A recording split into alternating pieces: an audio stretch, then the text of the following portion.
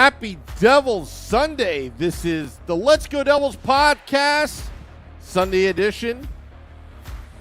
Streaming live on Facebook Live, YouTube Live, X Live, and Twitch on the Let's Go Devils Network.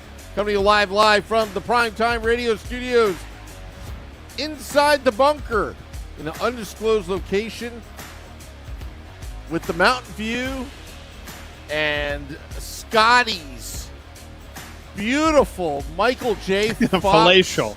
Yes. Palatial. I was going to say Michael J. Fox. Once in a lifetime apartment where he he drafted the first Back to the Future in that apartment, actually in the same seat that Scotty's sitting in. Yeah. The flux capacitor was invented right there. Was invented in that bathroom, in Yeah. Scotty's bathroom. 100%. Yeah, Dude, Stock boys, Brown we're- fell off the sink over here in Beverly Hills. And then boom, and the whole movie Boom. just out of And then that I saw a picture in my head. And I drew this. and I drew this. See this? If only we next time we go live, you need to have like a hand drawn flux capacitor. And when Sam was saying Just that, in the you can hold it background? up. Yeah, Okay. just hold it up and be like, Okay. that's it. That's heavy, Doc. That's heavy. That's heavy. Yeah. That's heavy. My DeLorean's Back in the parked 80s. in the back over here. Yeah. Yeah, hockey's back, boys. We're like day Oh, yeah. day four into training camp right now. I mean, we're getting knee deep into it. Do we realize we're 18 days? We got a game 18 tomorrow. Days. 2 games. We got a game tomorrow, but we're 18 days away from the home opener. Yeah. That Or is true. no, I'm sorry, 18 days until puck drop. It's a little bit more Okay. until home opener. But 18 days until the actual start of the season, and then the home opener, which is on October 12th, which is a Thursday, which kind of sucks, but whatever. Dude, I don't know about you guys, but I've been watching it nonstop. The highlights. Luke Hughes coming back to practice yesterday, being a full participant, not being like a red jersey out there, going out there being a full participant. The team is starting to take shape. You know, Lindy Ruff has been saying that these have been some pretty good practices going into it. He said yesterday's scrimmage, which Jack won it in OT in the scrimmage from. It seems like everything is starting to come into place. Like the season is starting to evolve. And like when we're in the middle of August, when we're in the middle of July, you know, you kind of get to that. Like you're not that you're forgetting that hockey's right around the corner, but you're like, all right, yeah, it'll be here. And now you get to the point where it's like September hits and you're like, oh my God, you start itching, you start fiending for it. And now we're like, 2 weeks away. I feel like that Dave Chappelle sketch, it's scratching at my neck. Like I'm getting ready for it. I can't wait. Well, I smoke rocks, Joe Rogan. well, the biggest question mark What I was I alluding had, Well, going into camp. Sorry. Should I Go ahead, Sam. Go ahead. Oh. No, Was, you go, Sam. was Alexander Holtz? Is he fast or is he everybody's- not? And Everybody's praising him. including Lindy, and he spent some time on the top six in that on that scrimmage with I believe it was Meyer and Nico. That Holtzy was there, and Mercer was not on that line. Doesn't mean anything, but it's the fact that he's playing with the big boys on the top six. That bodes well. Listen, It does. I mean, it's only training camp, and there's big steps to go. But yeah, no, that does bode well. I mean, two things I just want to say here real quick is one, Beer Baron, when did you join the Suicidal Tendencies? Oh, with this? Yeah, just curious. Just curious. This hat has like the ability to flip up and down, and sometimes I just Okay. flip it up, sometimes I flip it down. Just want to make sure This- you're not going this you're is getting my- institutionalized over there. No, it has nothing. I'm not trying to be cool. It's just like my weird Suicidal. OCD. my weird Okay. OCD will like make me flip the brim, and then I'll flip it down. I thought you So if just rocking actually like Mikey's suicidal tendency style. That's all good. As much as I respect them, I have to say it's not because of that. It's just I figured out one day it's like a fidget spinner. So like I figured out my hat can do that, so I do that, Okay. and then I'm like, and then I'll flip it down, and I flip it up, and I flip it down. It's a fidget. It's a fidget. You know, Ben from Dillinger Escape Plan now plays guitar with Suicidal, and he always wears his hat flipped up whenever he plays with them and stuff. So yeah, So maybe pretty it's good stuff. And the second thing I wanted to say was, you're saying that you're getting antsy and ready for hockey now. Listen, Yeah. as every Mets and Yankees fan, I think we've been waiting for hockey Dude, for quite some time now. For all right, quite some time. It's been since we're like both June where Giants I'm fans. like, is it hockey Me and and you are both football Giants season fans. already? Actually, all three of us are Giants fans, so all of us have we're witnessing, which is probably not going to be the best Giants year. After last year, the Giants made it to the playoffs. We're all excited. This year, the wait for hockey has been way more anticipated. I 100% agree. the Yankees and the Mets have destroyed the summer. So there's been no summer love. There's been no like, oh, this has been so much fun to watch sports. No, it's like, all right, this sucks. Like at least we had the Devils doing things in the offseason that like held us over, and now we have the and season you're right. fastly approaching. The writing is already on the walls for the Giants, and if you're a Jets we fan, all know about the Jets. It was second down and done for the New York Jets this season, and that was it. That's pretty much it. Four plays into it, and your season's over, boys. I don't know what to tell you, but down and done. That's it. If you're a Jets Goodbye, and a Aaron. Devils fan, at least you got the Devils season to look forward to. But well, if you're a Giants and Devils fan, at least you have the Devils season to look forward to, because I don't think the Giants are going to do too much either. So they're going to be a middle of the pack. Middle of the pack. I think we're lucky if we get 5 wins this year, man. That'll be about it. Which sucks even worse because like then the pick that they're going to get is going to be what I mean by middle of the pack. You're going to get like a top 10 pick or over, which like listen, in any sport except for baseball, because baseball's weird, but in most sports, if like you can at least get that like top 5 pick, you're like, all right, the season was miserable, but at least we got it. Like when we got Nico and we got Jack, it was like we just went through a horrible season, but the rainbow on that other side of it is like Nico Hischier, Jack Hughes, like Simone Nemec, which we'll talk about too. But like at least there's always like that bright side to it. I feel like that's not going to happen with the Giants. They're going to be good enough to suck, but not good enough to suck bad enough to get a good pick. It's a good thing that they signed Daniel Jones for 4 or 5 years. That was a great idea. He's not guys. the problem. Listen, we're not turning into a football podcast, but he's not the problem. He's not the problem. When you have no protection, you put him on a decent team, he'd be fine. You saw what he could do last year when he had protection. Like when he has like enough time to do what he needs to do, he's fine. He's not great, but he's fine. Enough. All right. Football aside, blah, blah, blah. Because we could go on a whole tangent about that stuff. But 2 things I need to address. One, somebody was asking me why I'm wearing a hockey shirt that doesn't involve ice, it involves field, is because I'm an assistant coach of my daughter's field hockey team. So I got to represent.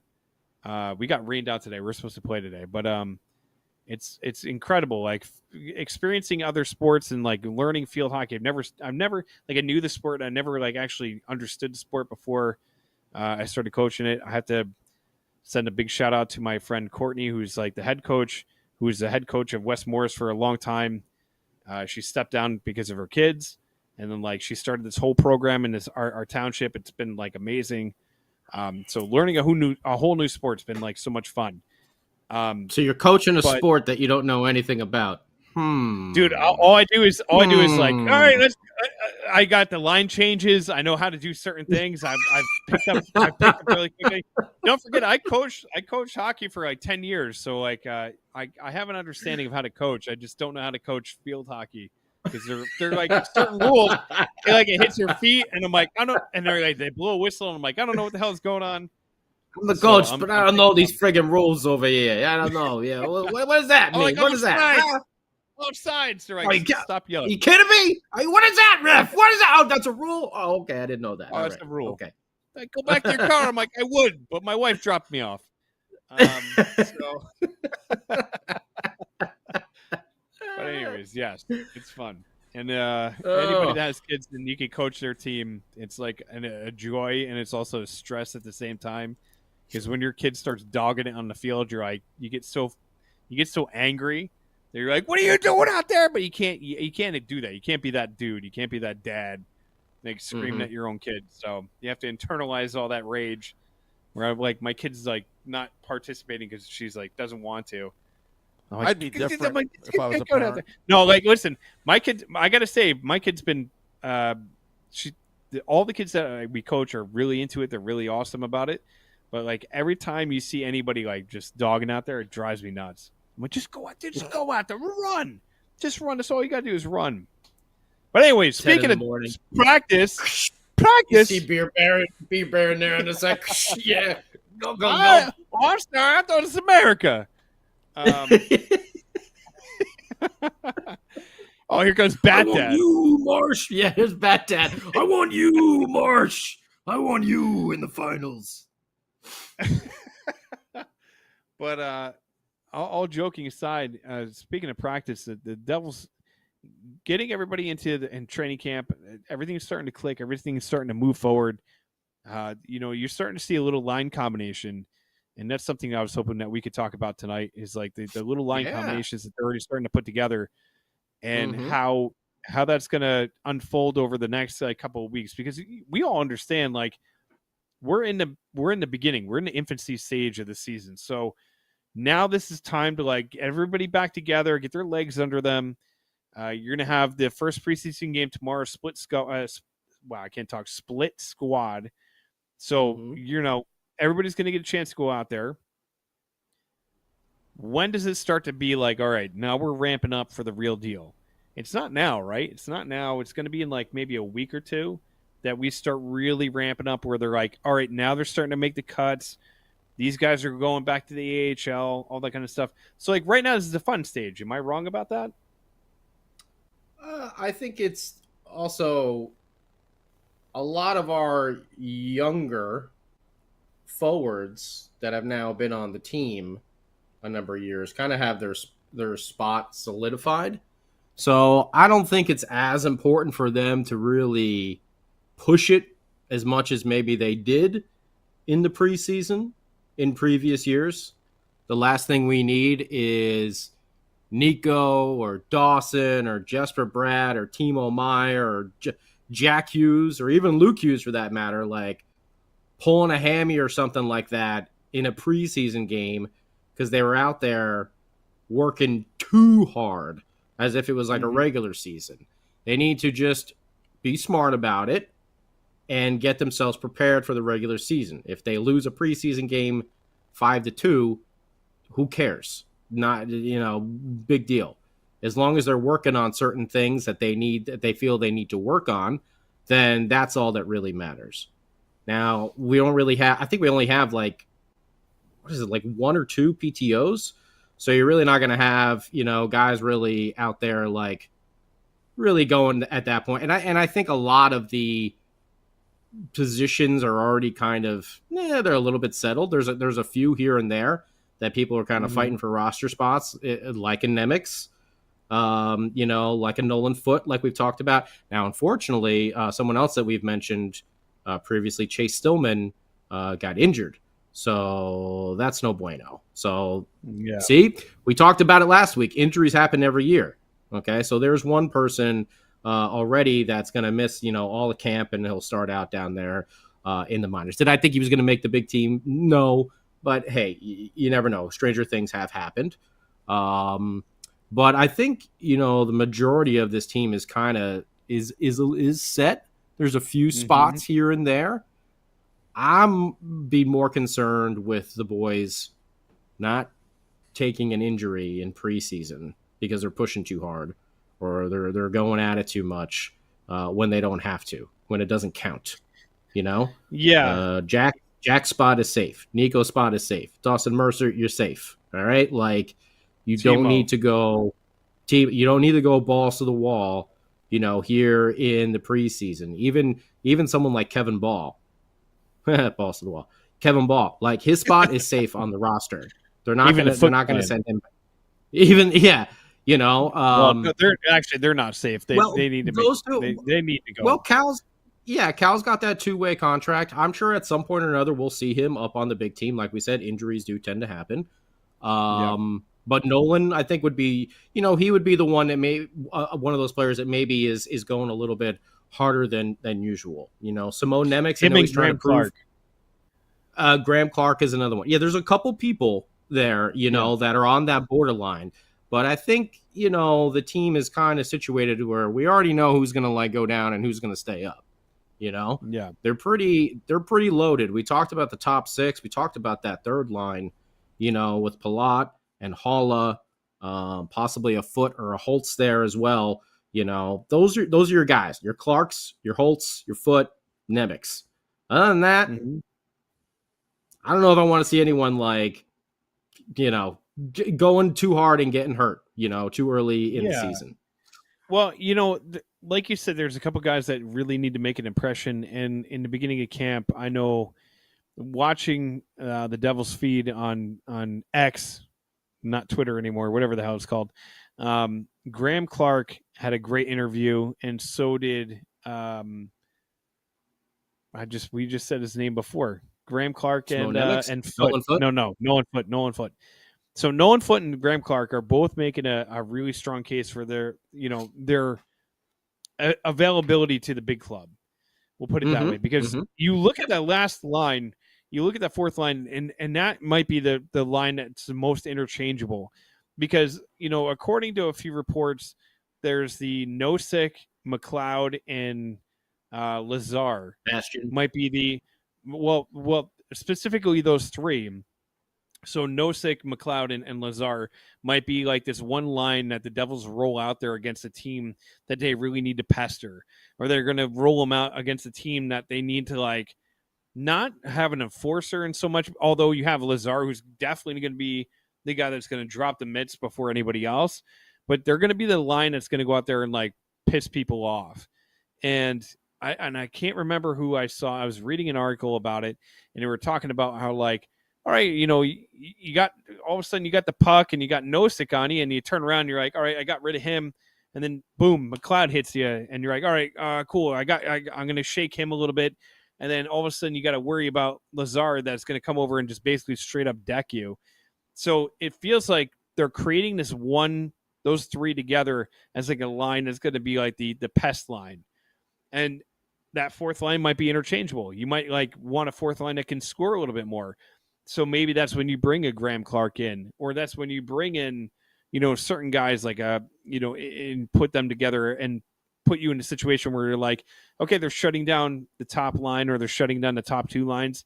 Now we have a fourth line that's going to be able to contribute, not just physically, but offensively. And I think that's what's going to be the real, helper to this team, because in the past it would be all right, if you shut down Jack's line and if you shut down Nico's line, you're not going to get much scoring from anybody else. And hopefully their third and fourth line is going to be a line that they can not only interchange, but they can also be all right, tonight we're going to a game where we're going to rely heavily on you guys to be offensively chipping in. And then maybe there's a night where all right, we need you guys to come in and be a physical force against a Capitals team, which in the past has been able to lean against us. So I like the chemistry that's going on. I like the interchangeable pieces. It's going to be interesting to see how this kind of unfolds throughout camp, because obviously things change here and there. There's going to be guys that are going to be designated to the minors. So who's going to be up, but who's going to be in the box watching.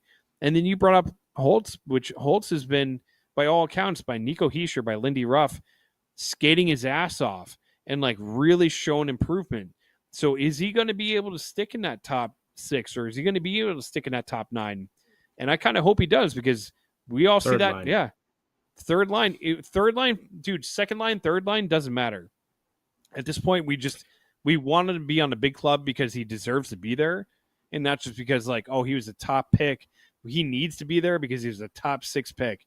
No, it's he earned his ass up there, and he's contributing his way up there.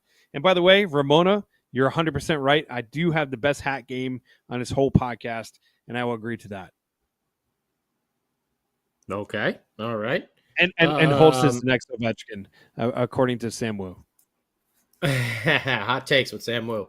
Hot takes. Yeah, I mean, I think you're right. I think that's going to be where a lot of the movement is, because of the players like Nolan Foote, Noshik, McLeod, which we still don't know the situation with him, if he's actually going to be around this year or if not.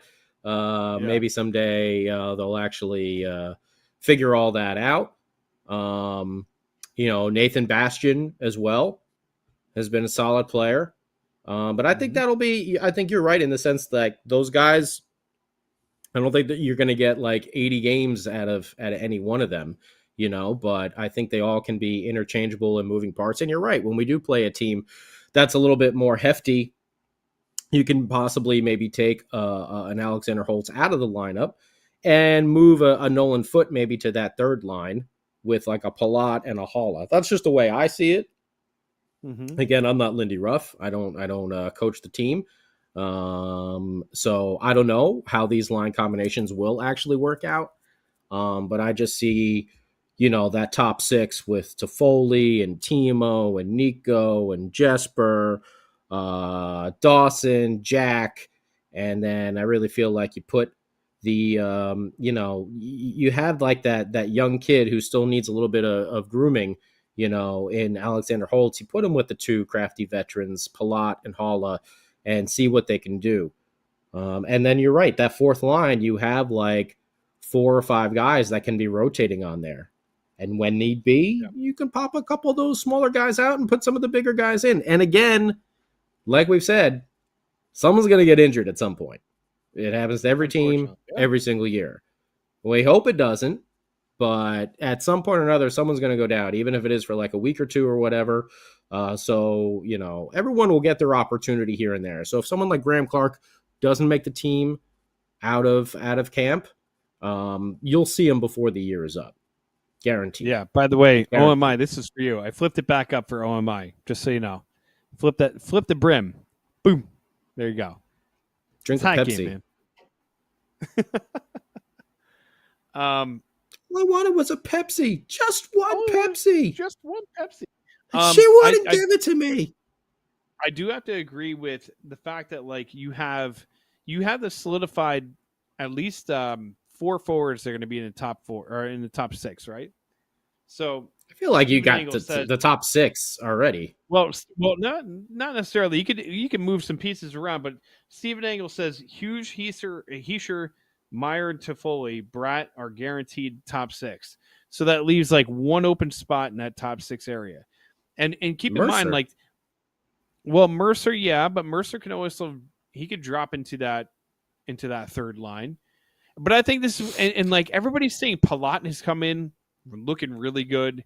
And not just like, oh, he looks good because he looks healthy. Like, no, like he looks focused. He looks good.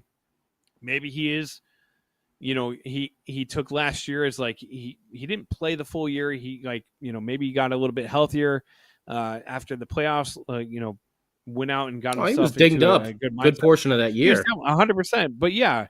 Sam, can you look up how many games Palat ended up missing there? Because it was a chunk of time there that he was out last year. 30 plus, at least. I think it was like a month or two at least, right? That he was out. Sam, if you could look that up, if you're paying attention. Yeah, I'm looking it up. All right. So Dubs is like, says, I agree with Scotty. Mercer was awesome with Nico last year. Holtz with a veteran makes sense. But you got to trust Fitzy and Lindy to put Holtz in the right position. And listen, by all account, Holtz has been skating his ass off like we talked about before. He came into camp looking ready to go. Maybe he finally got that wake-up call. Like last year, he like went into the offseason, was like, all right, I got to get it together. And like he's been – I might be wrong about this, but he was training with Bratt over the offseason this year. I might be wrong about that. He was doing that last year too. So maybe he has guys in his ear. Like, dude, if you want to do this, if you want to be a part of this team, you got to get your stuff together. Because there's I agree. You can't be like, and this is what drives me crazy about these kids that have so much talent. like oozing talent, and get into the professional league. 33 games. It's like good call. You you were close. probably 33 had games. Oh, it's A close. lot missed. So you Yeah. had, a kid who probably grew up, and everybody's like, wow, this guy, you're going to be the next this, the next that. You listen to a Sam Wu, you're going to be the next Ovechkin, and you get to, the NHL level, and you just can't compete. And people will be like, all right, you know what? You need to do this, this, and this, and you're like, no, I don't, because I'll be fine. So maybe. And I'm just speculating. I'm not saying this is true, but maybe it's like the first 2 years he was like, I'm good. I'm good enough to make it to the league. I just didn't make it yet. But maybe he finally started listening and saying like, all right, this offseason, I need to do this. I need to hit the conditioning like this. I need to go after my skating like this. Like I need to get the right coaches to put me in the right position. So whatever it is, hopefully whatever happened over this off season is going to spur him into being like, you reach your potential. Like you need to get to that point. Well, I think a good thing to also keep in mind is some of those players that the Devils have. This is something we haven't said in a number of years, but those guys in that top six are elite.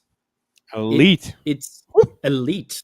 Like it's not easy to skate with Jack Hughes. Like that's hard to do. No. With Nico Hischier, like that's hard to do. These guys play at an incredible speed, a very, very fast game at the highest level possible. So that's why I think it might be a little bit better for him to stick with Palat and Haula, who maybe can kind of ease him in. Maybe like during midseason, maybe he does make a jump up. Because like we said, you never know, there might be an injury somewhere here and there along the line. But for me, and again, I'm no Lindy and I'm no Fitzy. I don't know.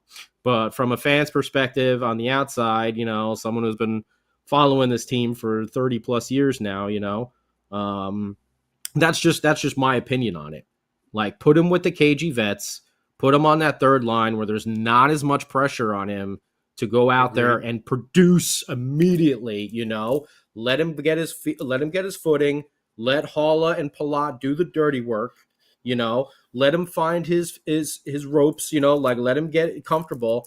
And then who knows, maybe he blows up and he gets moved up to that top line. He takes that step that we're all looking for, or maybe this is the type of person that he needs to play with, like a veteran who, like isn't at Jack speed.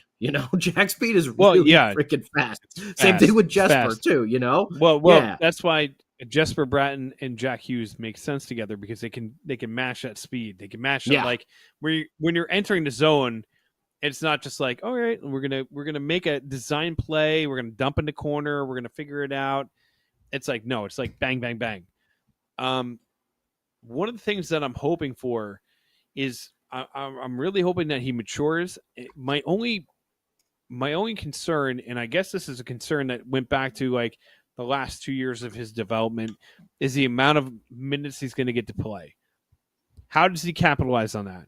Because like the problem when you're coming into it, he wasn't getting the minutes that he needed to develop in the NHL, right? Or at least that's what a lot of people were saying. Fair. Like he didn't get a lot of minutes.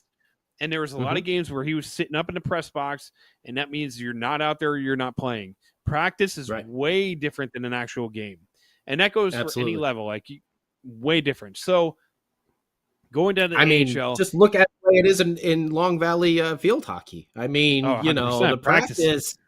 Man, you can't play Sharks and Minnows. Can't play Sharks and Minnows in a big game, boys. Can't do that. Sharks and Minnows don't work out there. Might work in practice. It's not going to work in a big game.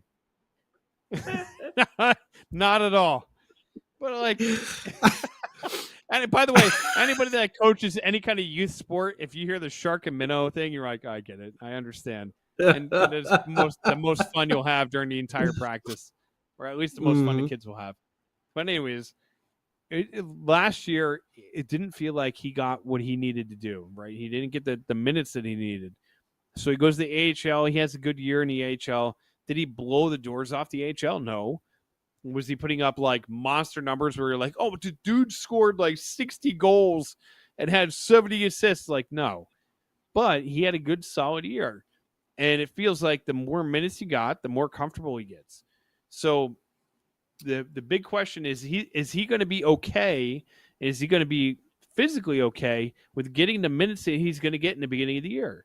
Because he's not getting top line minutes. He's not going to get top 6 minutes. He's going to get third, fourth line minutes. Maybe not fourth line, but he'll get third line. I don't know. Third line minutes. And I think that third line will get a fair amount of time on the ice. Hala and Palat are proven players, and there is a great deal of hype around Alexander Holtz and his skills. Mm-hmm. And he was, dinged up when he went back down to the AHL. I know he missed some time down there as well. And the scoring, I'm not as concerned with, because we all know he's got, a cannon for a shot. And as Sam Wu has told us, and as he's pinned it, someone else, I think our buddy Tom over here, put it up there as well. Alexander Holtz obviously is going to be the next Alexander Ovechkin. We all know that. Oh, yeah, big time. We all know that, 100%. of course. Already written in stone. Yeah. So it has been foretold by the Woo, so it shall be done. The Woo has spoken. Yes. The Woo has spoken. Hot takes with Sam. But he knows how to score. He's a natural at that. What he needs to get better at is playing responsibly, being in position, not being caught up the ice when the play's going the other way, so you're leaving your team shorthanded down in the defensive zone. Those are the things that he really needed to work on. So am I as concerned that he didn't score 60 goals when he went back down into the AHL? No, not at all. Because he doesn't need to practice that. What he needed to practice was the rest of his game, the actual defensive side of it, the mental side of it. Even like we've been talking about, some of it, the physical side with the skating. Yeah. He just needed to develop and mature. Or I believe they call it mature. They needed to mature. They needed to mature. I hate mature. Well, speaking of Back to the Future. Yes. It's manure. I hate manure. I hate manure. I think Holtzy might be one of the bigger questions going into it. Luke Hughes, by the way, having his first big practice where they Lindy Rupp basically said, we let him go. We wanted to see how he went, and he felt great, and he had a great practice.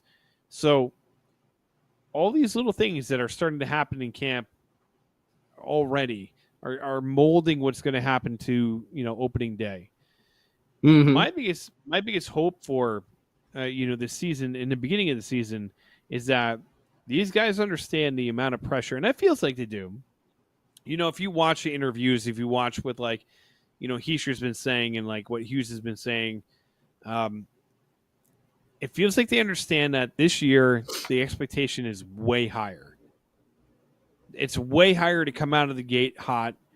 You can't come out 0-2. You can't have the crowd chanting Lindy fire, fire Lindy. Fire Lindy. Or Lindy fire. It's a Lindy fire. But you can't start that. You can't start the year that way, because that means it's not going the right way. They need to come out of the gate hot. They need to come out of the gate going the right way. And you have the pieces. Bringing it to Foley isn't like, all right, we're bringing in another guy that's going to just fill in a void. Like in the years past, the Devils would bring in a guy, and you'd be like, oh, Vern Fiddler. Okay, yay. You know what I mean? You're bringing a guy because you needed somebody to fill a space. But that might be a good one for most random jersey scene. If you see a Vern Fiddler around the arena somewhere, I will buy you a beer if you're. Yeah, if you're wearing the Fiddler jersey, I'm buying you a beer 100%. If you see one, please snap a picture and tag us on the socials, okay? Yeah, please do. But my point being is in years past, there's all right, you bring guys in, you're like, oh, it's a Marcus Johansson. Oh, get excited, fellas. But now it's no, for real, be excited, because we have Timo Meyer, who, by the way, Yeah. went back to 28, which I'm kind of excited about because watching Mhm, Timo and Hala and Hughes on the same ice was the most confusing thing in the world. Because anytime you saw like 56, 86, and 96 out there, my brain wanted to just implode on it stuff. I'm like, I can't do this. I can't do this. 6'6". Somebody, the mark of the beast. Anyways, but this year it's like, no, you brought in Toffoli. You brought in like guys that are going to make a difference, and also like it's like, yeah, we're making a run. It's not a joke. Like this team is stacked. Like we should be excited. We should be pumped. The expectations should be high, but I don't feel like, maybe I'm wrong about this. I don't feel like the expectation is like, oh my God, so high. And then we're expecting something like the Jets this year. Sorry, another football analogy, but you look at the Jets and you're like, oh my God, they brought in Aaron Rodgers. The offensive weapons and their defense top 2, blah, blah, blah. And you're so pumped. And then 4 plays into the season's gone. So like took a giant dump. I don't feel like if something happens, God forbid, knock on wood, if something happened where somebody got injured, it would be okay. The team is set. Like they feel like they're a team. It's not like one dude's gonna be. It's not like Connor McDavid is our driving force out there. It's like, no, we have 3 lines that we can roll at you, and if God forbid Jack gets hurt or somebody gets hurt, we'll be able to push. We'll push forward because the team is that deep and the team is that good. That's what it feels like. Absolutely. It's like a completely different expectation. It's like a comforting, like a warm blanket on a cold day, kind of comforting. Yeah, and I just want to say, our buddy Michael Hay on the live chat. These are problems that good teams have, and that's a good thing. That's a very true thing. And Dubs and Steven, yeah, you guys are absolutely right. There's a lot to do in Lindy Ruff's system. And that's what we're talking about with Alexander Holtz. We know he can go and set up shop like Ovechkin does and sit there and wait for the puck to come to him. But in Lindy's system, you have to do more. You have to do more. There's a lot of stretch passes.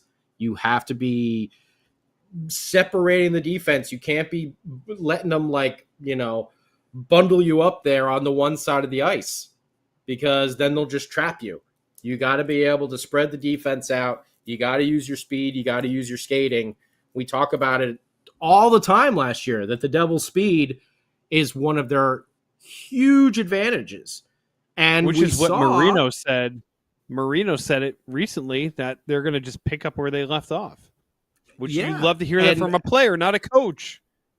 And you saw how deadly it could be, against the Rangers. And then you saw vice versa when the speed actually got used against us, against Carolina, where it seemed like Carolina was out skating us and beating us to the puck all the time.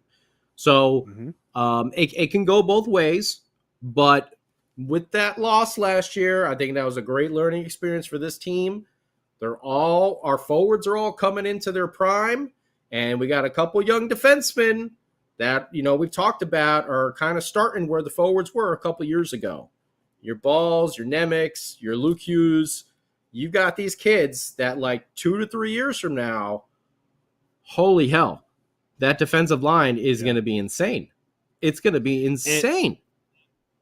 And Corbin just said, Vitek is going to go have a chip on his shoulder. I actually hope he does. I hope so. Let's put it this way. I feel like no hibachi piece for you. No hibachi for you. No friendship bracelets. No friendship. Yeah. By the way, too much celebrating last year. No hibachi to the end of the season, bud.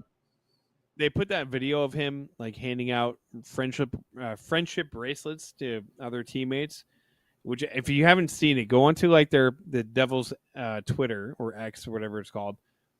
And it's a video of Vitek, and he has friendship bracelets, and he hands them out to certain players. And the first one he hands out to is Kevin Ball.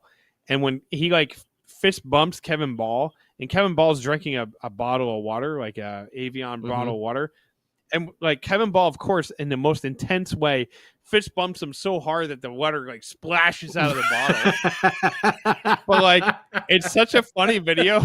Like, and Kevin Ball looks like he's gonna murder him until like he opens his hand and like hands him a friendship bracelet, and Kevin Ball's like, oh, that's what we're doing. Like, oh, we're friends. But like, oh my goodness, says the hibachi place is closed. I don't even know we'll where was he going. Yeah, just go to Arirang there on Route 22, Mountainside, Union. Boom, Oh, done I and know done. where that is. Yeah, or go to, you know what? Come all the way out to where I live. There's a Fuji Mountain. It's a fantastic place. But yes, goaltending is the one question. If VTech can play the way, like if VTech does come in with a chip on his shoulder and he plays better than he did last year, his regular season was great. Fantastic.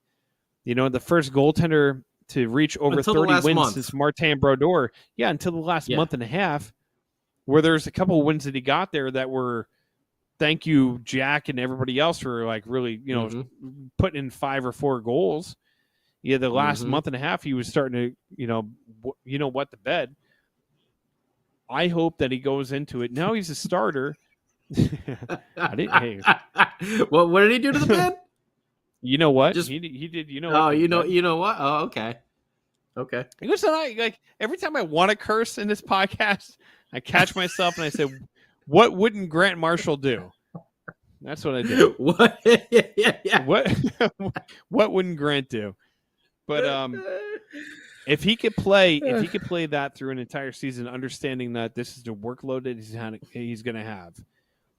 He's got Akira Schmid, who's chomping at the bit to take over the number 1 spot. The butterfly, what those now? the onion volcanoes from the hibachi place. Oh yeah. I think that might have shrimp. actually helped him. Yeah, you know, when Maybe. forwards get close to him, just, you know, not only go down with the pads, just give them the old onion breath as well, you know, right in their face. That might actually be a positive there for him. But I guess that's the one question, though, is goaltending, right? Goaltending and the young defense. You know, that's what it's going to be. Yeah.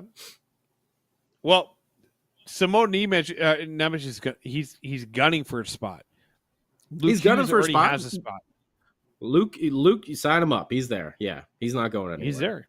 Kevin Ball will be there. You know, Marino, he's there. Siegenthaler, Dougie. So then we have Miller. Name Smith. our 3 defensive pairs. Name all 3.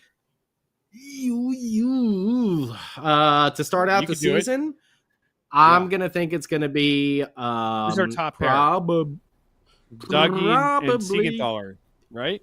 Dougie and Siegenthaler, or I mean, by the end of the year, it might be Dougie and Ball.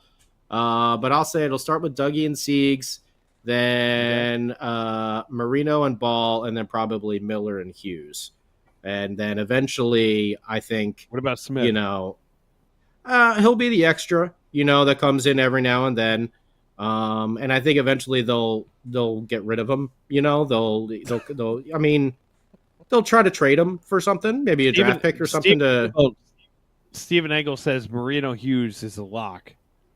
Yeah, he just wrote Marino Hughes. Okay, but they were rolling that line out in practice the other day. So I just don't know if you're going to put Marino. He's going to be playing some big minutes. I just don't know if you're going to put Marino and Hughes in those big minutes so soon. Well, you could put it this way: you could put Marino and Hughes together, and then Marino would be used in PK. He could be used in situational, you know, maybe where he's not out there all the time, where you lean on Siegenthaler and Hamilton as like your top line, your top defense. And then we all know sometimes Dougie's defensive side is a little. So,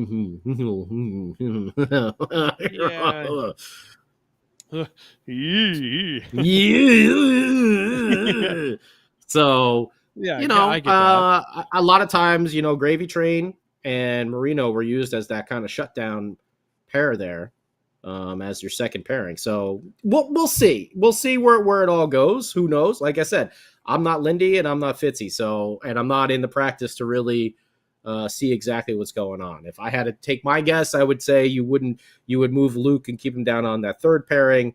So again, not putting as much pressure on him just to start the season. Maybe he moves up, but Colin Miller is very responsible.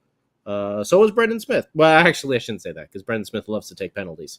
But he'll definitely protect Luke out there. That's for sure. But Miller is a more responsible defenseman as well. So we'll see. Just because John may be playing some big minutes against some big guys on those opposing teams. So yeah, but that doesn't mean necessarily they're gonna take him and Luke Hughes and be like, all right, Hughes, you have to go out there and whatever John's doing, you're doing. That just means they're gonna put Marino into situations where he's gonna have to play bigger minutes, especially on the PK, where he's gonna have to go out there and do certain things. But I agree with you with Miller. My biggest concern with that last pairing is where does Ball fit into all that? So if you Ball would be with Marino, okay, Dougie, Steegs, well, going off Marino, of what we were just saying, Ball, Luke, Miller. So you're 100%. It feels like they're leaning more towards Miller and somebody else, or they're leaning towards Hughes and Marino together. You never know. Far in camp, that's what I'm saying. I mean, we'll see. Yeah, I mean, camps don't always solidify how things are actually going to shake out, but I would say in camp playing with John Marino for Luke Hughes has got to be a good thing, because I'm sure John is teaching him a thing or two about playing those hard defensive minutes that we know Marino was playing a lot of times last year. So who goes in or who goes out if Nemec makes a case for himself? That's going to be a tough call. That's something that I know we brought up before. It's almost having three rookies. Obviously Luke and Nemec, but I mean Ball doesn't really have. He doesn't have a full year experience. He doesn't have a full year, but I feel like he's more than ready to be able to go in there and play a full season. I hope so, but he's got to go out there and do it. Yeah, and he hasn't yet, because we had Ryan Graves on the team who was eating up all those minutes, and even though Sam Wu hates him, Damon Severson was playing a lot of big minutes like that. Sam hated him so much. I want everybody to remember. Damon scored on us quite a number of times there, so I understand Sam's gripes there. Well, Sam also wanted him to be a part of the expansion draft. Sam never wanted him to be on his team after that expansion draft went through. He was very disappointed that Damon made it through that experience. But Sam, how are you doing? What do you have to say about this? It would have freed up some cap space, and you don't know what would have happened. We weren't ready for that cap space. We were not ready for it. Could have happened. We're ready now.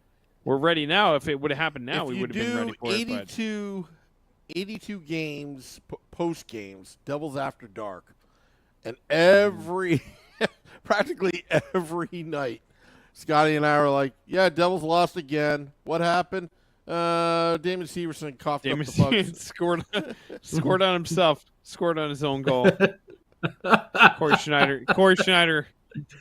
Oh, poor Corey. Highlight of the game, the empty net. Nobody scored on the empty net, but when Damon Severson's out there, And now he's in Columbus, which is great. He's off to a great start there. Listen, we would love to have Damon Severson on this podcast. I was actually personally a big fan of Severson. His dad was hilarious.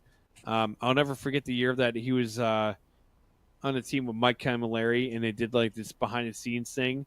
And I think Camilleri wanted to beat Damon Severson's dad up because he was so annoyed with him. But I listen. Things happen. Whatever. We wish him luck. Don't do anything good against us. Maybe scoring your own goalie when you play us.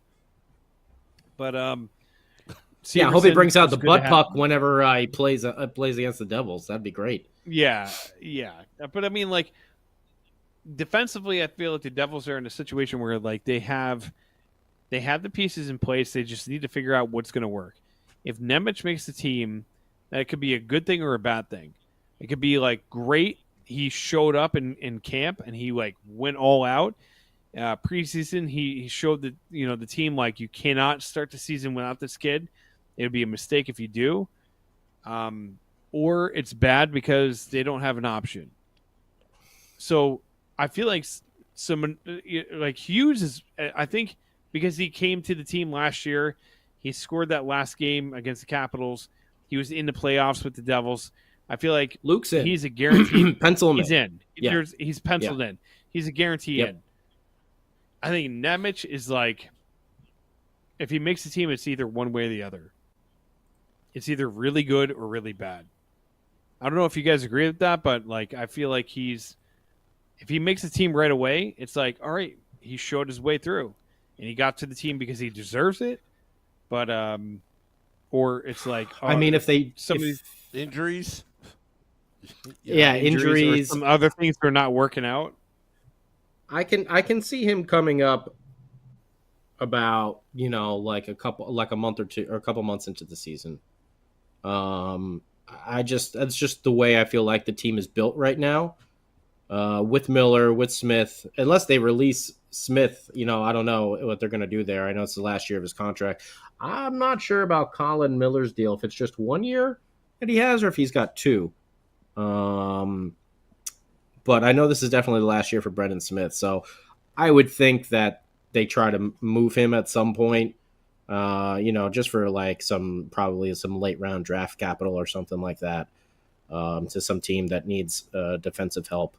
Because obviously he's going to be your extra defenseman, and he came in a pinch, but he does take a lot of penalties. He plays hard. He comes ready to play, and I know he's a good presence in the locker room, but he does take a lot of penalties. So that's a tough one right there. But Nemec, if he starts the season at the AHL, I don't think it's the worst thing in the world. I mean, actually, I think it's a really good thing because that tells you how well Luke and Ball and Miller and everyone else is performing.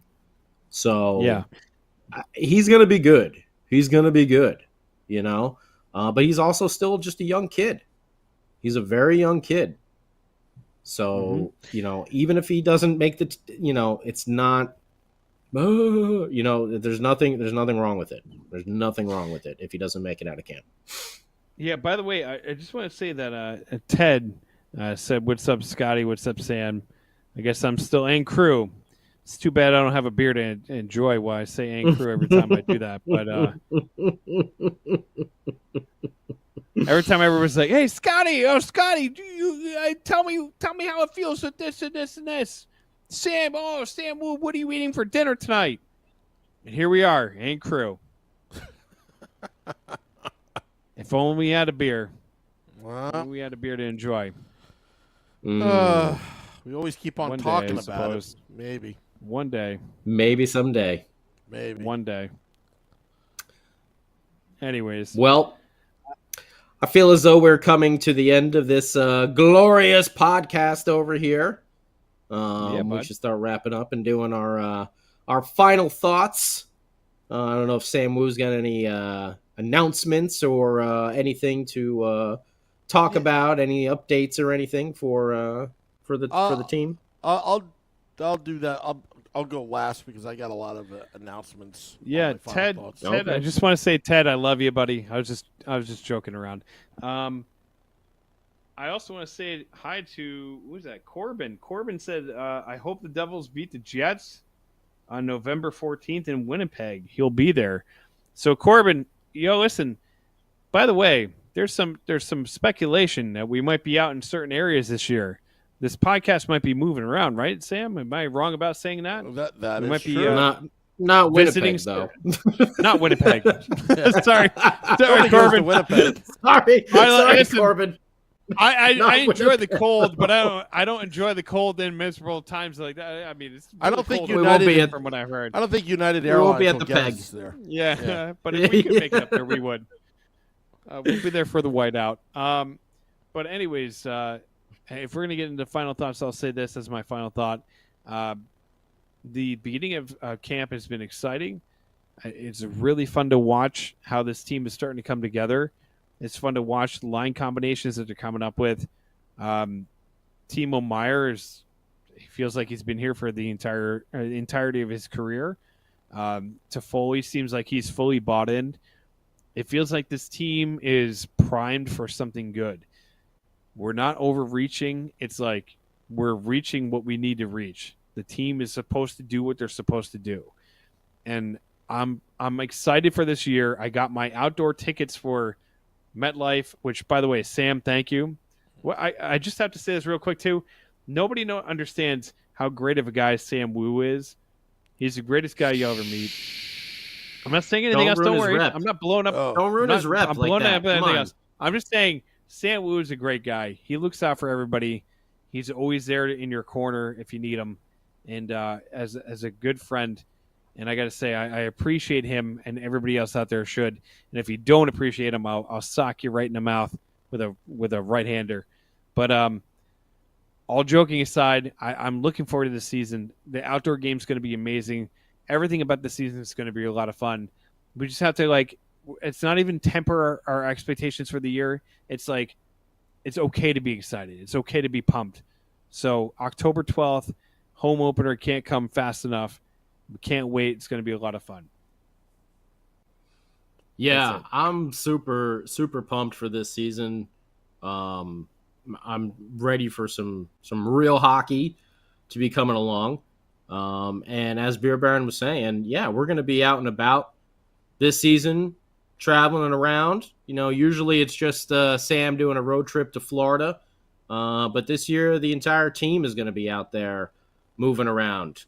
Or me in Anaheim and LA over here, we're going to be out and about. And I'm realizing I texted our little group chat the other day that, we're going to be in Vegas on March 17th.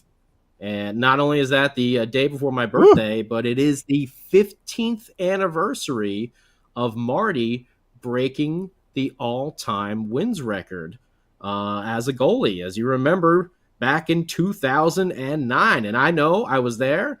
They actually were playing the game the other day on the NHL network. And I was like, oh, damn. I'm like, that was 15 years ago, wasn't it? Right? Because next year will be 2024. Time flies, man. From 30 to 40, it went real quick. Yeah. And I was just like, wait a minute, that's not 20. Oh, wait, next year will be 24. I'm like, damn, 2009. Holy hell. 15 years. I still got my ticket. I was looking for us in the stands. Still haven't been able to find us, but I know we're there somewhere. Up top. Probably up top. Drunk. Oh, yeah. Hammered. Just going nuts. Underneath, the glowing devil sign, if I remember correctly. Was it that game, or might have been a different one? I can't remember. Yeah, but either way, I'll look at my ticket stub. I have it framed with the Marty poster and everything.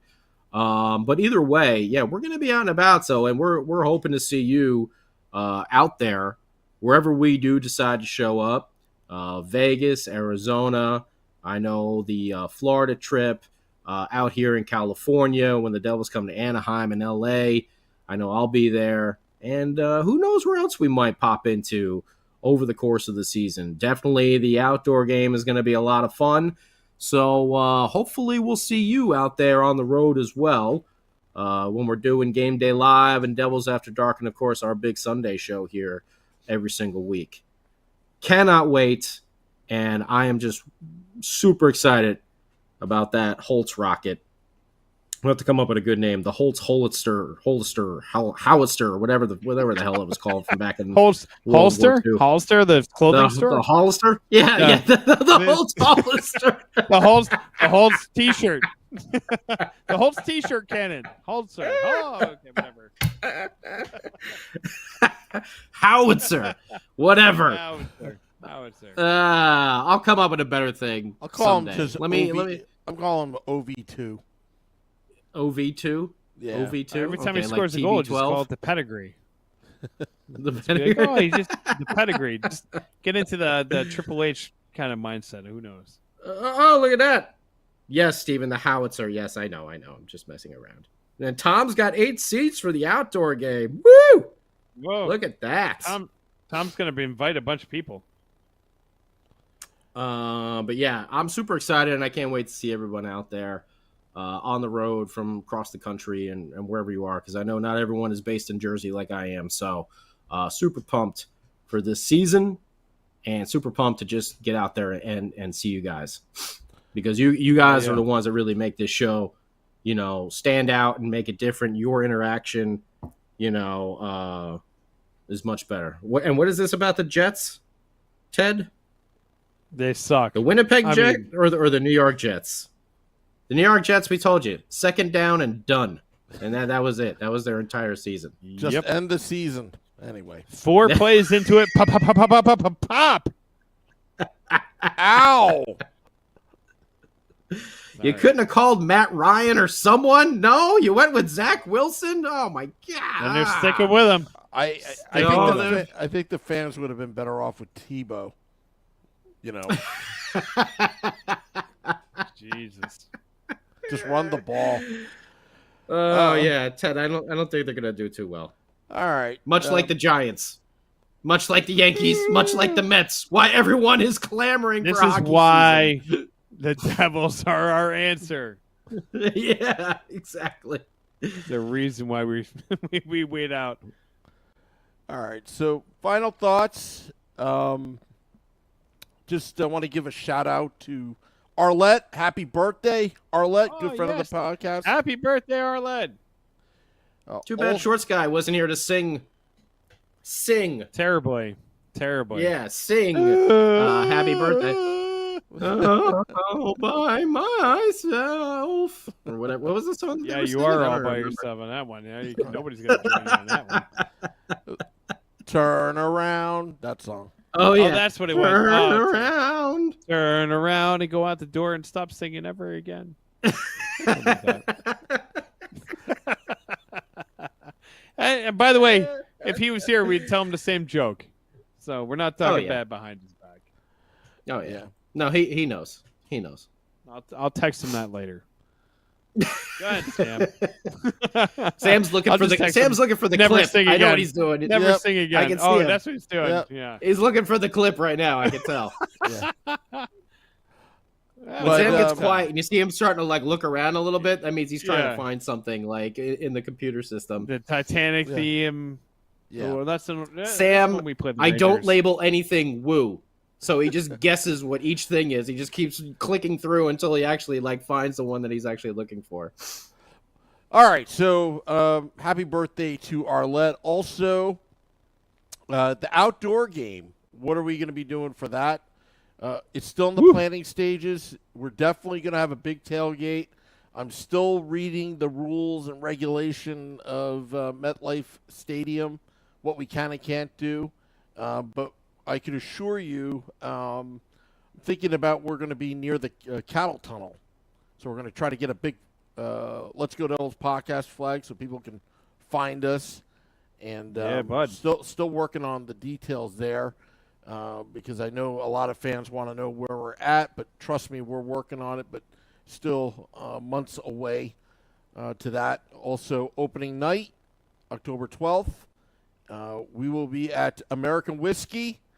Come stop by 51 Edison Place to see us. Also, getting questions from people. Where do I watch the Devils game tomorrow? Because there's a split squad games, Philadelphia and at Montreal. Basically, go to NHL.com, and I think you would listen to on the radio or the audio version. I don't think there is any video. They might carry one game. I think they'll do audio for one game, but they're not going to do both. You can go on the Montreal. You can go on the Montreal feed. Yeah, it's. You can even do French, the French version as well. Which, if you know French, you'll love it. But if you don't, you'll learn French. Yeah. It's a fast way. Hey, you want to learn how to speak a language? You just immerse yourself. Yeah. So, but alrighty. Want to thank all those tuning in to this podcast, and thank you to everybody. We'll be back tomorrow. No Game Day Live or Devils After Dark tomorrow, but I will do a Woo report after the game. We're still in preseason mode. So, but Devils After Dark and Game Day Live will be back by October 12th. I hope. Cool. We haven't even discussed that yet, Scotty. I'm assuming you're back. You know. And Corbin, we do have merch already. Shorts Guy is the one who usually takes care of that. So yeah, we'll have that ready. Yeah, we'll have T-shirts and all that sort of stuff set up, and especially for the outdoor game, we'll have stuff there, as well. Yep. Yeah. Alrighty. Well, I'm gonna hit the music. Oh man, maybe one day. Oh, somebody got a cat by the short hairs. It's all me now. Oh, by the way, no, that's always skipped over. That she pushes him aside and goes, "It's all me now. Don't worry about it." Yeah. It's all me now. Don't worry about it. Don't try. Yeah. Don't. Alrighty. Well, till next time, let's go Devils. But love is like a shadow of beyond return. I don't know what to do. I'm always in the dark, living it.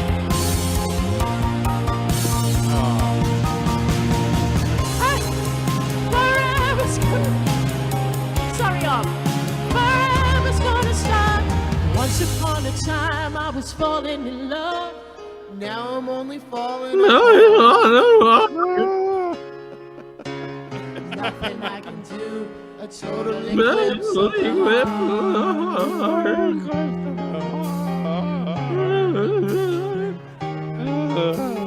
Once upon a time